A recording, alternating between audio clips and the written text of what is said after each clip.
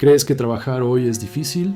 Reuniones que podrían haber sido emails, jefes que mandan mensajes el fin de semana, café malo en la oficina. Terrible. Ahora, imagina despertarte a las 4 de la mañana con temperatura bajo cero, meter un revólver oxidado en el bolsillo como único seguro médico y salir a enfrentar un día laboral donde las posibilidades de no volver a casa incluían caída de caballo, picadura de cascabel, bala perdida, infección de herida, cos de buey, ahogamiento en un río sin nombre en medio de la nada, aplastamiento por ganado y deshidratación a 40 grados sin ninguna aplicación de delivery para resolver la cena.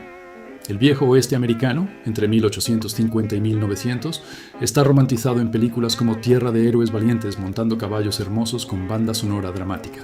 La realidad es que era un mercado laboral donde el plan dental no existía, el salario era casi ninguno y la esperanza de vida profesional se medía en semanas. Vamos a conocer los trabajos que convertían a hombres y mujeres en polvo antes de cumplir 30 años, con datos reales, detalles documentados y la cantidad exacta de brutalidad que las películas tuvieron la decencia de esconder. El vaquero del ganado. El cine inventó un vaquero que galopa hacia el horizonte al atardecer, sombrero perfectamente alineado, diente blanco, caballo obediente. El vaquero real era un trabajador estacional que recibía entre 25 y 40 dólares al mes, el equivalente aproximado a una comida por día según los estándares actuales. El trabajo consistía en conducir manadas de hasta 3,000 cabezas de ganado por cientos de kilómetros, bajo un sol que derretía el cuero, lluvia que convertía el camino en barro hasta las rodillas y rutas que cruzaban territorios sin ninguna señal indicando dónde estabas.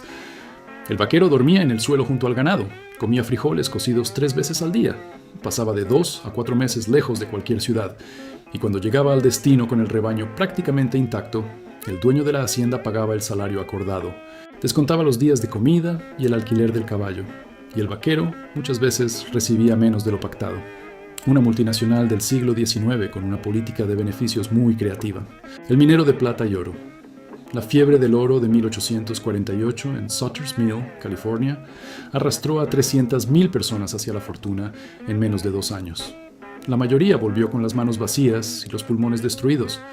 Trabajar en una mina del viejo oeste significaba bajar pozos improvisados de hasta 90 metros de profundidad por escaleras de madera podrida, usando herramientas manuales, en un ambiente con cero ventilación, agua acumulada en el fondo y paredes que colapsaban sin aviso. La silicosis, enfermedad causada por inhalación de polvo de sílice, destruía los pulmones en cuestión de años. No era rara, era tan común que los mineros la llamaban simplemente la tos. Los explosivos se usaban para abrir vetas, y antes de que la dinamita de Alfred Nobel se popularizara, la pólvora negra era el método estándar, con detonaciones impredecibles que mandaban pedazos de roca hacia los propios trabajadores con impresionante consistencia. De los 300,000 que fueron, se estima que menos de 4,000 se enriquecieron. El resto quedó pobre y con menos pulmón del que llegó. El constructor de los ferrocarriles. El ferrocarril transcontinental americano se completó en 1869 y fue celebrado como el mayor logro de ingeniería del siglo. Lo que poca gente menciona en la celebración es quién colocó cada riel, cada clavo, cada tonelada de tierra removida. La Central Pacific contrató a más de 15,000 trabajadores chinos que recibían 26 dólares al mes, mientras que los trabajadores blancos en la misma función recibían 35. Para cruzar la Sierra Nevada, esos trabajadores eran bajados con cuerdas en cestas de mimbre sobre acantilados verticales para detonar dinamita en la roca. La lógica de seguridad era simple. Si la cesta subía antes de la explosión, el trabajador sobrevivía. Si no, había 15,000 más disponibles. La Union Pacific, construyendo por el otro lado, usó principalmente inmigrantes irlandeses y veteranos de la guerra civil que trabajaban en turnos de 12 horas con temperatura bajo cero en los inviernos de Nebraska y Wyoming. Se estima que 1,200 trabajadores murieron solo en el tramo de la Central Pacific, pero los registros son incompletos, porque llevar registro de los muertos era trabajo administrativo y necesario. El soldado de la frontera. Las películas muestran a los soldados del ejército americano como guardianes heroicos del orden en el oeste. La realidad documental muestra otra cosa. Jóvenes de entre 16 y 22 años, muchos recién llegados de Europa sin hablar inglés, reclutados con la promesa de 13 dólares al mes, comida garantizada y un uniforme. El uniforme fue la mejor parte del trato. Los puestos militares en el territorio fronterizo eran construcciones de madera mal selladas en el desierto, o en las llanuras de Wyoming, donde el invierno llegaba a menos 40 grados. La comida era carne salada de calidad dudosa, galleta dura suficiente para usarse como proyectil y café aguado. La tasa de deserción era de hasta 30% al año, lo que dice mucho sobre el atractivo de la propuesta laboral. El sueldo se pagaba con meses de retraso, cuando se pagaba. Los que se quedaban tenían como perspectiva patrullar cientos de kilómetros de pradera bajo sol o nieve, escoltando colonos que raramente agradecían, combatiendo pueblos indígenas en conflictos que los propios oficiales sabían eran injustificables. El ejército de los Estados Unidos sabía que el servicio militar era horrible, por eso pagaba $13. El cazador de bisontes. En 1870, entre 30 y 60 millones de bisontes vagaban por las grandes llanuras americanas. En 1890 quedaban menos de 1000. El exterminio fue tan sistemático y rápido que los historiadores aún discuten si fue la mayor destrucción de una especie en tiempo récord de la historia humana. Los cazadores profesionales de bisontes eran trabajadores que cobraban por cuero entregado a las vías del ferrocarril.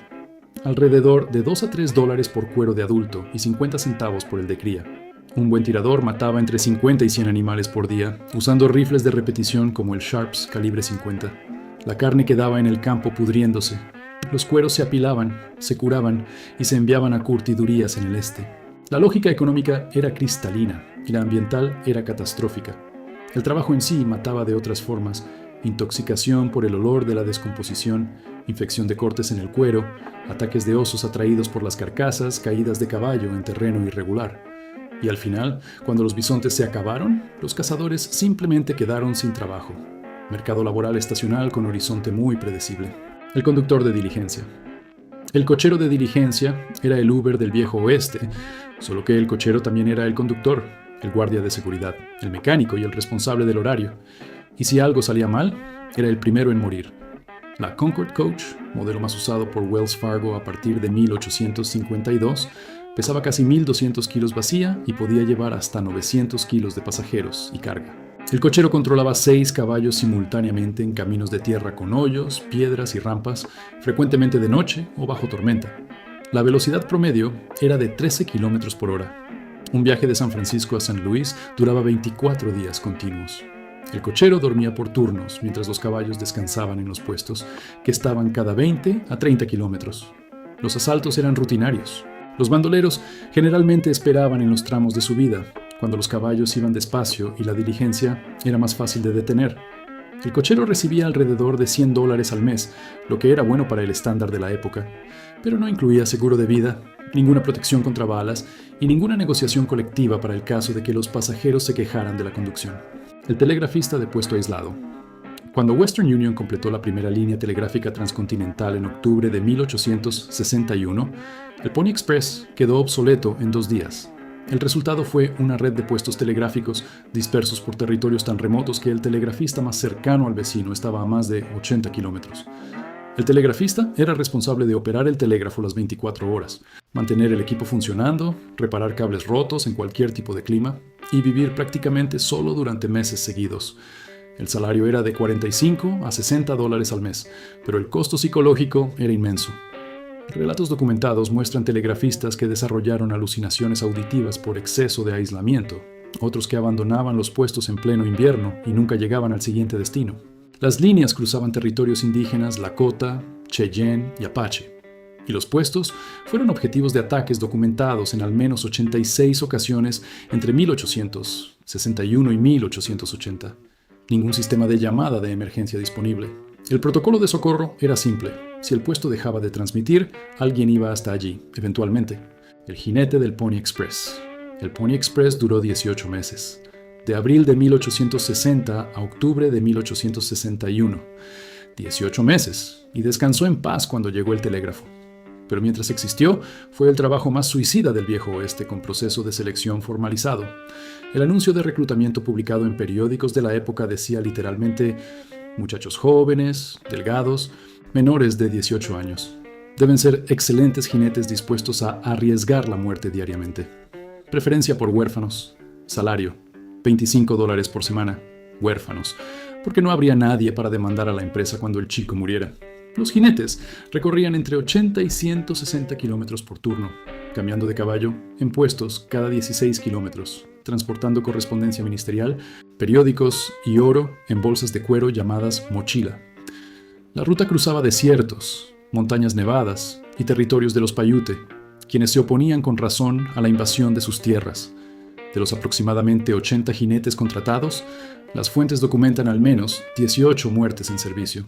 Proporcionalmente, era el empleo con mayor tasa de mortalidad activa en el territorio de los Estados Unidos en 1860. El médico de la frontera.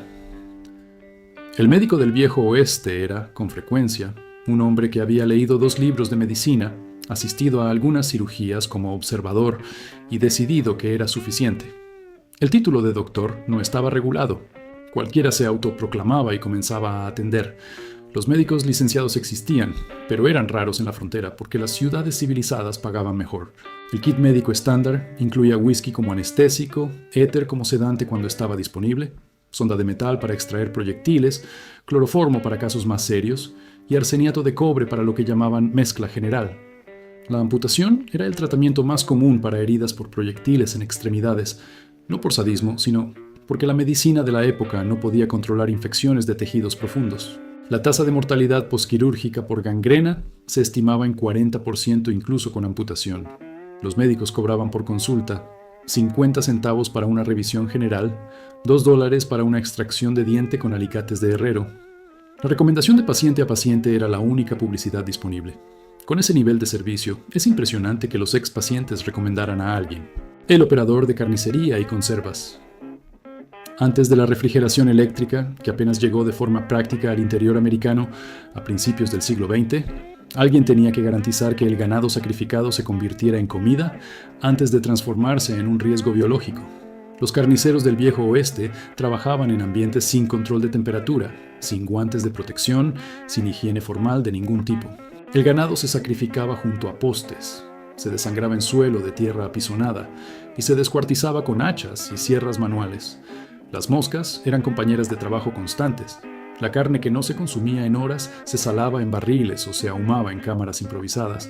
Los trabajadores tenían exposición diaria a bacterias hoy controladas, en aquel entonces desconocidas. La brucelosis, enfermedad transmitida por el contacto con sangre y tejidos de ganado infectado, era endémica entre los trabajadores de matanza. Causaba fiebre recurrente debilitante llamada fiebre de Malta o fiebre ondulante. No había tratamiento. El trabajador o mejoraba por su cuenta o no mejoraba. El salario era $1 por día y el olor del lugar de trabajo acompañaba al empleado a donde fuera durante los años que lograra sobrevivir. El agente de correos rural. Con la expansión del Homestead Act a partir de 1862, las familias se dispersaron por áreas rurales tan remotas que el vecino más cercano estaba a más de 20 kilómetros. El Servicio Postal Rural Americano fue creado para llegar a esas familias y el agente de correos rural era el responsable de recorrer ese territorio a caballo, en cualquier condición climática, para entregar correspondencias, periódicos y a veces medicamentos encargados. La ruta más larga documentada era de 320 kilómetros, cumplida en días seguidos con pausas mínimas. En el invierno de las grandes llanuras, con tormentas de nieve que reducían la visibilidad a 0, el trabajo se volvía potencialmente fatal.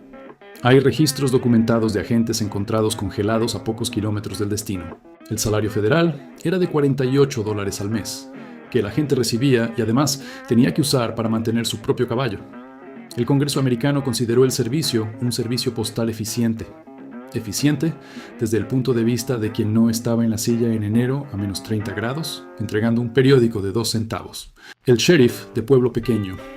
El sheriff de pueblo pequeño en el viejo oeste era elegido por la comunidad, lo que sonaba democrático hasta el momento en que tenía que arrestar al hombre armado que acababa de matar a 2 personas en el salón.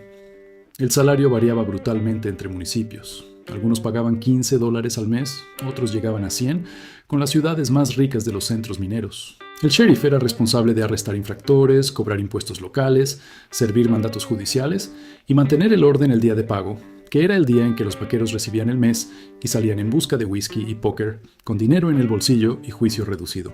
La mayoría de los sheriffs no tenía ningún tipo de entrenamiento formal. La mayoría de los pueblos pequeños no tenía una comisaría real. Había una oficina con una celda de madera que cualquier adulto decidido podía forzar. El seguro médico era el propio chaleco, que era de cuero y protegía contra cuchilladas leves. Contra bala, calibre 44, el chaleco era una cortesía estética. Entre 1870 y 1890, al menos 100 sheriffs murieron en servicio en las ciudades de Kansas, Texas y Arizona solamente. La lavandera. Entre todos los oficios del viejo oeste, la lavandera es quizás la que recibió menos glamour del cine y más golpes de la realidad. Lavar ropa en el viejo oeste era un trabajo que destrozaba los brazos. Sin lavadora, sin pileta empotrada, sin agua caliente canalizada. La lavandera buscaba agua de pozo o río, la calentaba en calderos sobre fuego de leña, sumergía las prendas y las restregaba en tablas de lavar de madera o piedra con jabón de ceniza o grasa animal. Un lavado de 30 prendas tomaba un día entero.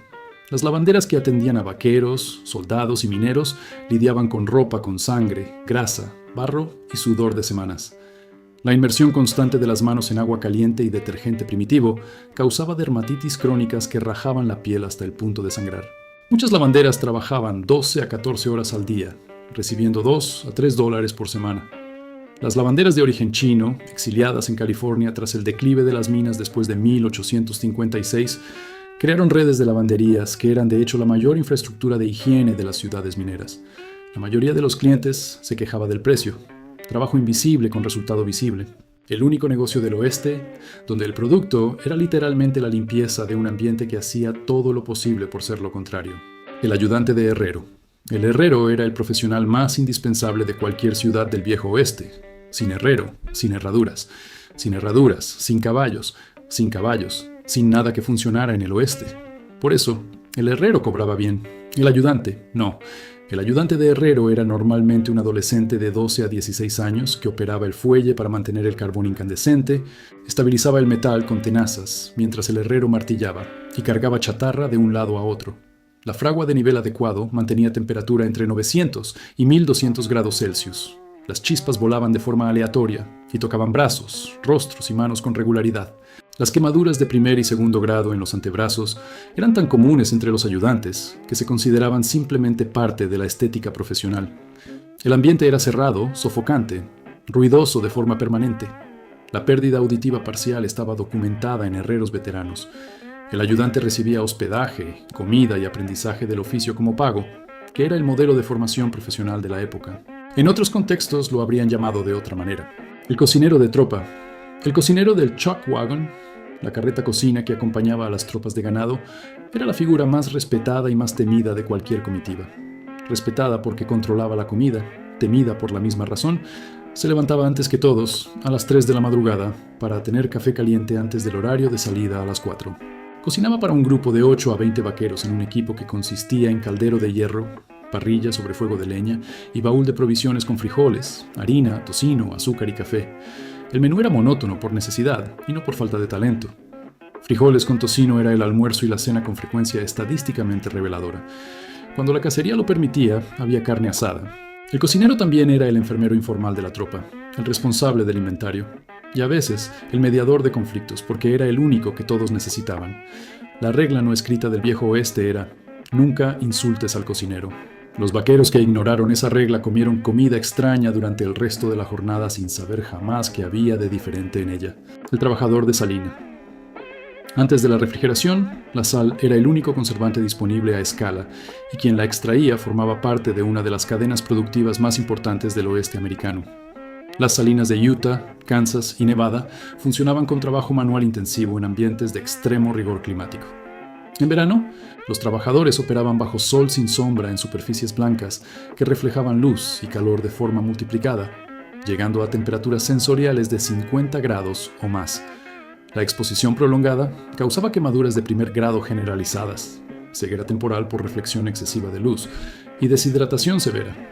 Irónicamente, los trabajadores de salina eran de los más deshidratados del oeste, porque el ambiente era insoportablemente seco, incluso estando literalmente dentro de un mineral esencial para preservar líquidos. La sal se extraía con palas y picos, se cargaba en sacos de hasta 40 kilogramos y se transportaba en carretas de bueyes. Las úlceras en los pies causadas por el roce de la sal con la piel mojada por el sudor estaban documentadas como condición laboral corriente. El salario era de 80 centavos por día. Trabajo amargo en todos los sentidos. El guardia de las prisiones territoriales. Las prisiones territoriales americanas, construidas antes de la admisión formal de los estados en la Unión, eran estructuras que desafiaban los principios más básicos de lo que podría llamarse instalación habitable. La prisión territorial de Arizona en Yuma, abierta en 1876, estaba en el punto más caliente y húmedo del desierto de Sonora, donde la temperatura llegaba a 52 grados en verano. Los guardias trabajaban en turnos de 12 horas expuestos a ese calor sin ventilación mecánica, sin refrigeración, en torres de guardia abiertas al sol. Recibían $55 al mes y tenían como único beneficio adicional el hecho de poder irse al terminar el turno, privilegio que los detenidos no tenían. Las prisiones territoriales estaban sistemáticamente superpobladas. Yuma fue diseñada para 100 detenidos y llegó a tener 372 simultáneos. El riesgo de motín era alto y permanente, y los guardias eran frecuentemente los primeros objetivos porque eran la barrera entre 272 hombres con razones de sobra para estar furiosos y la libertad al otro lado del muro. Un entorno de trabajo en el que el Ministerio de Trabajo moderno no aprobaría ni la instalación eléctrica. El trabajador de las madereras. La expansión de las ciudades del viejo oeste exigía madera en cantidad industrial para construir casas, puentes, puestos militares, estaciones de tren, salones y los postes del telégrafo que cruzaban el continente. Los leñadores y aserraderos del noroeste americano, especialmente Oregon y Washington, a partir de la década de 1850, cortaban secuoyas y pinos gigantes con sierras manuales de 2 hombres llamadas sierra de mujer perezosa, porque requería el trabajo de 2. La tala de un árbol de 20 metros tardaba horas, y la dirección de caída nunca era 100% predecible. Las muertes por aplastamiento se registraban con frecuencia mensual en la mayoría de las madereras de gran escala. El transporte de los troncos bajando laderas usaba canales de madera con agua, llamados flumes, donde los troncos descendían a alta velocidad y los trabajadores debían apartarse en el momento justo. Los que tardaban un segundo más de la cuenta en esquivar entraban en el registro de accidentes. El salario era de $1 a $1.50 por día. El espolón de madera usado para escalar los troncos y podar ramas antes de la tala tenía un sobrenombre entre los trabajadores. Lo llamaban el limpiabosques, sin referirse a los árboles cuando lo decían. La maestra de la escuela rural. La maestra de la escuela rural de una sola sala del viejo oeste era contratada por un consejo de padres y recibía un salario de entre $20 y $40 al mes, inferior al del vaquero promedio y muy inferior al del sheriff. El contrato incluía cláusulas que serían consideradas ciencia ficción en el mundo laboral contemporáneo. La maestra estaba obligada a permanecer soltera durante la vigencia del contrato. No podía tener novio, no podía frecuentar salones, no podía quedarse en el pueblo después de las 8 de la noche. Debía ir a la iglesia regularmente y tenía que tener el aula limpia antes de que llegara cualquier alumno. En algunos distritos, la maestra también era la conserje. En un aula única, enseñaba a niños de 6 a 16 años en todas las materias simultáneamente. En el invierno de Nebraska o Dakota, llegaba antes que todos para encender la estufa de leña que calentaba el aula y se quedaba después que todos para apagar las brasas. El cargo exigía el equivalente a 6 profesiones distintas y pagaba menos que todas. La mayor ventaja documentada era el alojamiento provisto por familias locales en sistema rotativo, lo que significaba que la maestra cambiaba de casa cada semana dependiendo de quién era el generoso y quién el no tan generoso de la comunidad. El prospector independiente. Mientras las grandes empresas mineras dominaban la extracción industrial, miles de hombres individuales seguían vagando por las regiones de Nevada, Montana y Colorado, con una batea, una mula, y la creencia sincera de que la próxima barranca era donde la fortuna descansaba. Los resultados estadísticos eran devastadores. La investigación histórica sobre rondas de minería individual estima que menos del 2% de los prospectores independientes encontraban oro o plata en cantidad suficiente para cubrir los costos de la propia expedición. El prospector promedio pasaba meses o años caminando por terreno accidentado con equipo en la espalda, durmiendo a la intemperie, sufriendo de escorbuto por falta de vitamina C y de malaria en regiones pantanosas. El escorbuto hacía que las encías sangraran y los dientes cayeran. Había un tratamiento simple disponible, que era comer frutas cítricas. Simplemente no había frutas cítricas en el desierto de Nevada. Cuando el prospector llegaba a un pueblo con algo de oro, la primera parada era el bar, la segunda era el juego, y la tercera era la vuelta al desierto. El ciclo se repetía con una regularidad casi admirable de observar documentalmente. El curandero itinerante. El curandero itinerante del viejo oeste era, a todos los efectos, un emprendedor del sector salud sin producto efectivo.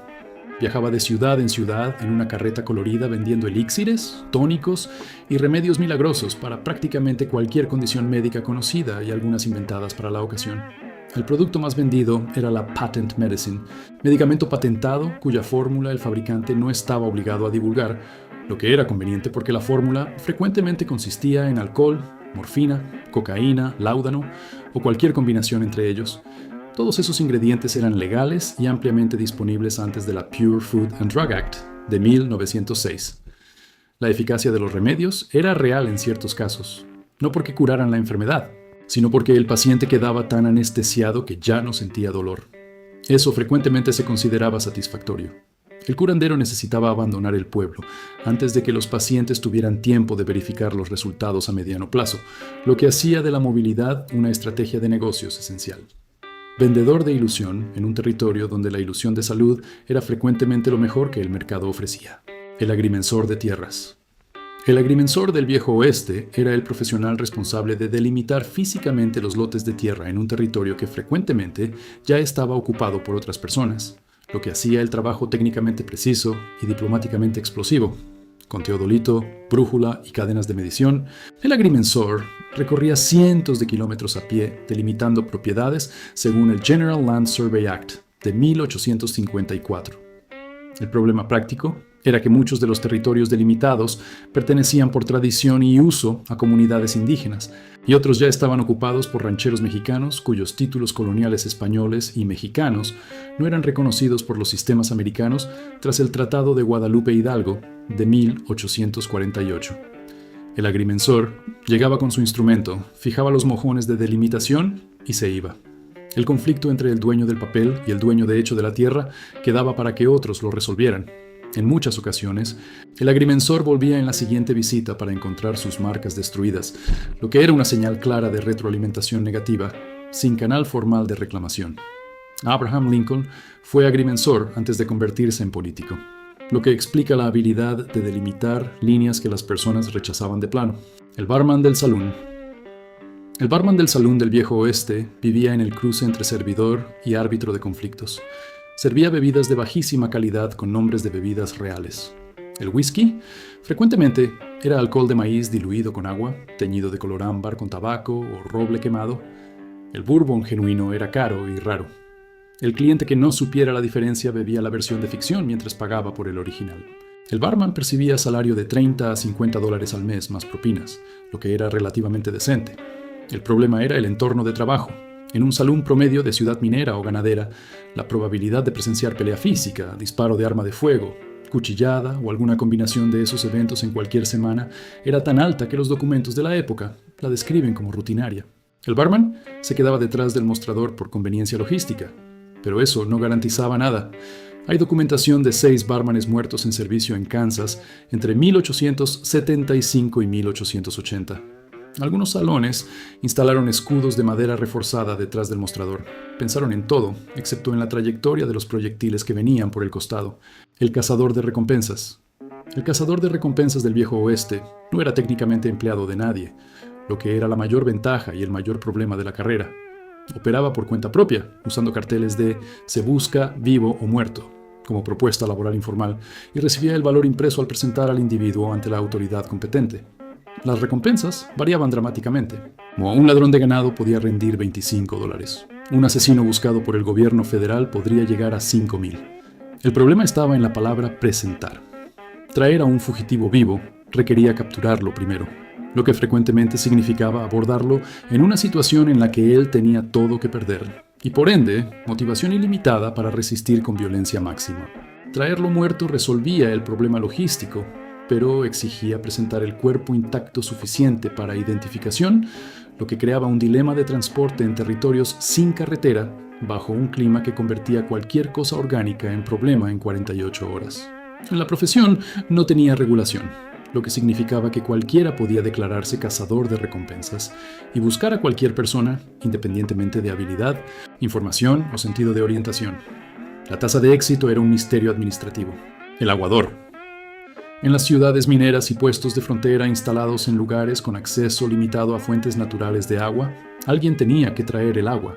El aguador era ese alguien. Con 1 o 2 barriles de madera montados en una carreta tirada por mulas o bueyes, recorría de 5 a 30 kilómetros entre la fuente más cercana y la ciudad, haciendo múltiples viajes por día. Un barril estándar contenía aproximadamente 150 litros. Una ciudad minera de 1,000 habitantes consumía volúmenes que exigían 10 a 15 viajes diarios como mínimo.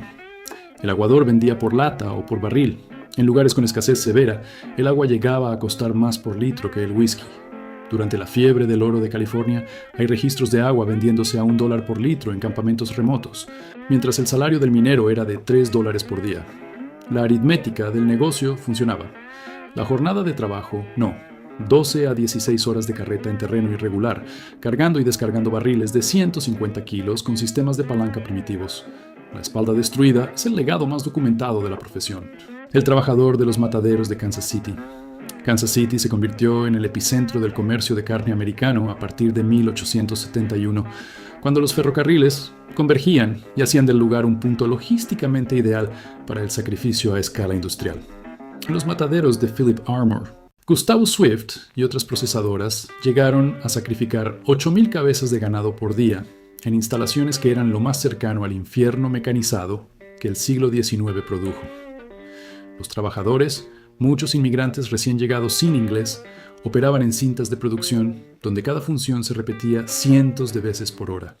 Caída de cuchillos, deslizamiento en suelo cubierto de grasa y sangre, exposición al frío extremo de las cámaras frigoríficas inauguradas en los años 80, e inhalación de vapores de amoníaco usados en la refrigeración eran condiciones diarias. En 1881, la tasa de accidentes documentada en los mataderos de Kansas City era de un trabajador por día apartado por lesión. The Jungle, de Upton Sinclair, describió esas condiciones en 1906, basándose en investigación directa. El público americano quedó horrorizado con la higiene de la carne. Los trabajadores quedaron levemente irritados porque la preocupación fuera por el producto y no por ellos. El fogonero de tren. Las locomotoras de vapor que cruzaban el continente americano a partir de 1869 eran máquinas de presión y calor que exigían mantenimiento constante para no explotar con todos a bordo, lo que ocurría con frecuencia suficiente para ser documentado como categoría de accidente. El fogonero del tren, llamado fireman en los ferrocarriles americanos, era el segundo en la cabina, no el maquinista, sino el responsable de alimentar la hornilla que generaba el vapor. En las locomotoras de la época, el fogonero arrojaba aproximadamente 2 toneladas de carbón por turno de 12 horas, manteniendo la presión de la caldera dentro de los límites que separaban el funcionamiento normal de la explosión catastrófica. El calor de la hornilla abierta llegaba a 300 grados a 60 centímetros de distancia. En verano, dentro de la cabina cerrada con la hornilla al máximo, la temperatura del ambiente llegaba a 55 grados. Las explosiones de caldera tenían un registro documentado de una por semana en el sistema ferroviario americano entre 1870 y 1880. Cada explosión mataba en promedio a 4 personas, principalmente las más cercanas a la caldera. El fogonero era exactamente la persona más cercana a la caldera durante todo el turno. El amansador de caballos. El amansador de caballos salvajes, llamado horsebreaker o broncobuster, era el profesional que recibía caballos salvajes capturados y los convertía en animales utilizables en el menor tiempo posible. La demanda era alta porque los ranchos necesitaban caballos constantemente y comprar caballos ya domados era caro. La solución era montar caballos no domados hasta que dejaran de intentar matarte. El proceso se llamaba quebrando, porque el objetivo era quebrar la resistencia del animal. Y la metáfora era apropiada porque los humanos también se quebraban en el proceso con frecuencia documentada. Un broncobuster profesional montaba entre 6 y 10 caballos por día, recibiendo 50 centavos por animal amansado. Por cada animal en que el caballo cooperaba, había otro que lo derribaba, pisoteaba e intentaba activamente causar daño. Lesiones en la columna, costillas fracturadas, hombro dislocado y rodillas dañadas eran condiciones laborales esperadas. Frederick Remington, escultor y pintor que documentó el Viejo Oeste, inmortalizó al broncobuster en su obra más famosa de 1895, representando la figura con la dignidad épica que la profesión merecía. El caballo de la escultura parece estar ganando. Arte realista. El trabajador de los canales de riego. La agricultura en el árido suroeste americano dependía de irrigación artificial desde antes de la llegada de los colonos europeos. Los pueblos Hohokam habían construido más de 600 kilómetros de canales en Arizona siglos antes. Cuando los colonos llegaron y comenzaron a cultivar en el desierto de Sonora y las llanuras de Colorado, contrataron trabajadores, muchos de ellos mexicanos y chinos, para cavar y mantener canales de riego manualmente.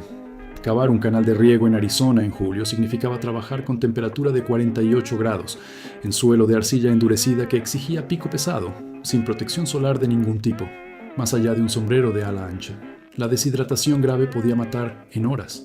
Los trabajadores bebían agua de los propios canales que estaban cavando, frecuentemente contaminados con desechos de animales río arriba. La fiebre tifoidea era endémica en los campamentos de trabajo de irrigación. El salario era de 75 centavos por día. Los dueños de los ranchos que se beneficiaban del riego vivían en casas con sombra, bebían agua filtrada y se referían a los trabajadores como mano de obra barata y abundante, que era la forma educada de decir que cualquiera que muriera podría ser fácilmente reemplazado. El rastreador indígena. Una de las situaciones más paradójicas del viejo oeste fue el empleo de rastreadores indígenas por el propio ejército americano, que simultáneamente conducía campañas militares contra pueblos indígenas. El ejército de los Estados Unidos contrató cientos de rastreadores de las naciones Apache, Crow, Osage y Pawnee entre 1860 y 1890, pagando entre $13 y $20 al mes, igual que al soldado regular, más ración y equipo. Los rastreadores eran indispensables porque conocían el territorio en un grado imposible de replicar, con ningún entrenamiento académico. Sabían leer huellas sobre roca, identificar pasos seguros en montañas, localizar fuentes de agua en desierto seco y prever movimientos de otros grupos mediante la lectura de señales que los oficiales blancos simplemente no veían. La paradoja documentada es que varios rastreadores Apache auxiliaron al general Miles en la captura de Jerónimo, líder Apache, en 1886. Después de capturado Jerónimo, el ejército deportó a Jerónimo a Florida, y deportó junto con él a los propios rastreadores Apache que habían ayudado en la captura. La lealtad al empleador tiene historias más gratificantes. La partera de la frontera. Con médicos escasos y distancias inmensas, la partera era la primera y a menudo única asistencia médica disponible para mujeres embarazadas en los puestos de frontera. Mujeres que acumulaban décadas de experiencia práctica sin ningún diploma formal, operando en condiciones que la medicina moderna clasificaría como imposibles.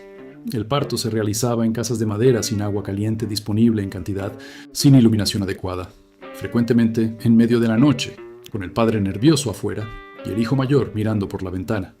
La mortalidad materna en el viejo oeste durante el parto se estimaba en 7 por 1000 nacimientos, muy por encima de los centros urbanos del este que tenían acceso a médicos. La eclampsia, infección posparto y hemorragia eran las 3 causas más comunes de muerte, todas tratables con instrumentos que la partera no tenía. Ella tenía hierbas, experiencia y las 2 manos. En muchos casos era suficiente. La partera era frecuentemente la persona más respetada de la comunidad femenina y a veces la única con autoridad informal para negarse a atender a una familia que no había pagado la vez anterior. Forma de negociación más honesta que muchos contratos del siglo. El cortador de hielo.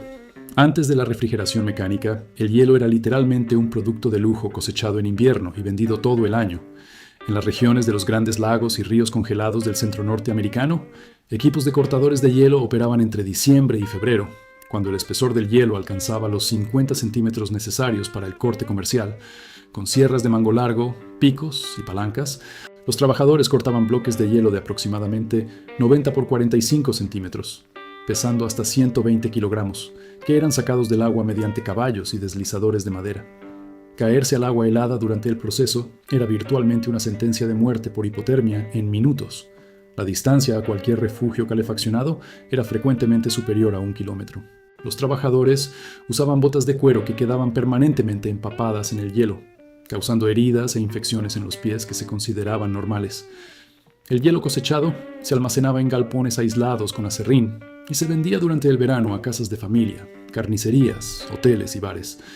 Un bloque de 95 kilos llegaba a costar $2.50 en el verano de San Luis. Para el trabajador que lo cortó en el invierno de Wisconsin, el salario era de $1.25 por día.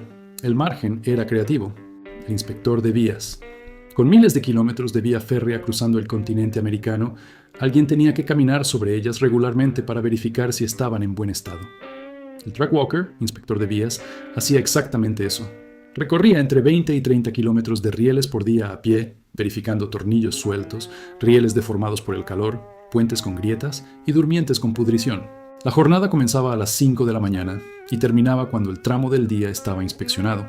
El riesgo principal era ser atropellado por un tren, lo que no era un riesgo completamente hipotético. En líneas de alto tráfico, pasaban trenes cada 20 minutos y el inspector debía vigilar los rieles con atención hacia adelante y hacia la curva del lado equivocado.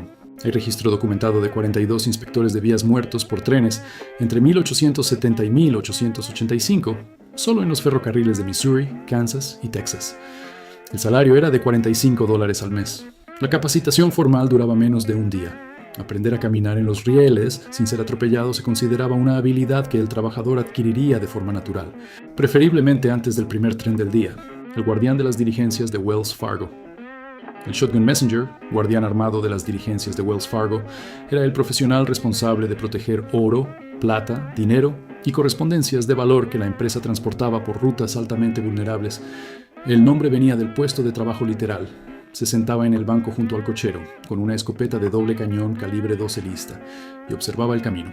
Wells Fargo registró 88 asaltos entre 1870 y 1884, con pérdida total de $415,000. Los guardianes respondieron con bajas en ambos lados. 13 guardianes murieron en servicio en el mismo periodo, y la empresa pagaba una indemnización de $250 a la familia, lo que equivalía a menos de 3 meses de salario.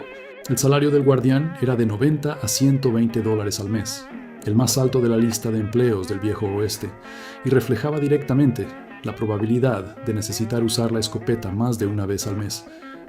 Black Bart, el famoso bandolero que asaltó a Wells Fargo 28 veces entre 1875 y 1883, dejaba poemas en el lugar de los crímenes.